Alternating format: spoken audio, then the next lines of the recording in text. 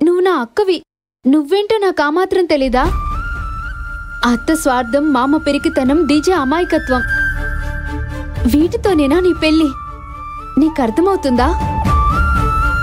Sadist ఆవిడ. కాపురం చేయటానికి కోడలు కాదు తనకు కావాల్సింది. కట్టలు కట్టలు కూడబెట్టడానికి తన ఇంటికి ఒక ఎదురు చెప్పని, నోరు విప్పని మనిషి కావాలి, అంతే.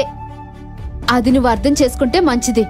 సరే హాసిని, నువ్వు చెప్పే మాటల్ని అంత తేలిగ్గా నేను తీసి పారేయను. సరే సరే, ఆలోచిస్తాను. ఆలోచిస్తానంటున్నావు కదా, ఆలోచించు. ఈ విషయంలో నువ్వు పారిపోవడానికి కూడా నేను హెల్ప్ చేస్తాను. అత్తకి బుద్ధి చెప్పటానికి నీకంటే ముందు వరుసలో నేనే ఉంటాను. ఆ డీజే గడు మనిషా? వాడిని ఏ కోణంలో చూసినా మనిషిలా అనిపించడు. సరే సరే, నేను చెప్పేది విను. పెళ్లికి ఇంకా టైం ఉంది. నిన్ను కోప్పడుతూ ఇలా చెప్పిన దాంట్లోనూ తప్పేం లేదు. కానీ ఇలా పారిపోయే నిర్ణయాలు, తొందరపడే నిర్ణయాలు చాలా తప్పు. పెళ్లికి టైం ఉంది కాబట్టి నాకు ఆలోచించుకోవడానికి టైం ఇస్తావా? చెప్పు, టైం ఇస్తావా? ఇస్తాన్లే.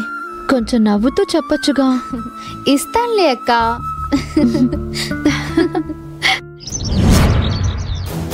మొదటి శుభలేఖని స్వామివారి పాదాల దగ్గరుంచి పూజ చేయాలి. ఈ మల్లికేమో కార్డ్స్ తీసుకుని ఇంకా రాలేదేంటి? ఫోన్ చేశానమ్మా, బయలుదేరాడంట. పెళ్లికలా వచ్చేసిందే బాలా. మీ డాన్స్లు ఏమైందమ్మా? ఏమైందేంట్రా? ఈ పెళ్లి పత్రికల కోసం నేను ఎంతసేపటి నుంచి ఎదురు చూస్తున్నానో తెలుసా? సరే, ఏదో కార్డు ఇవ్వు. ఇదిగో.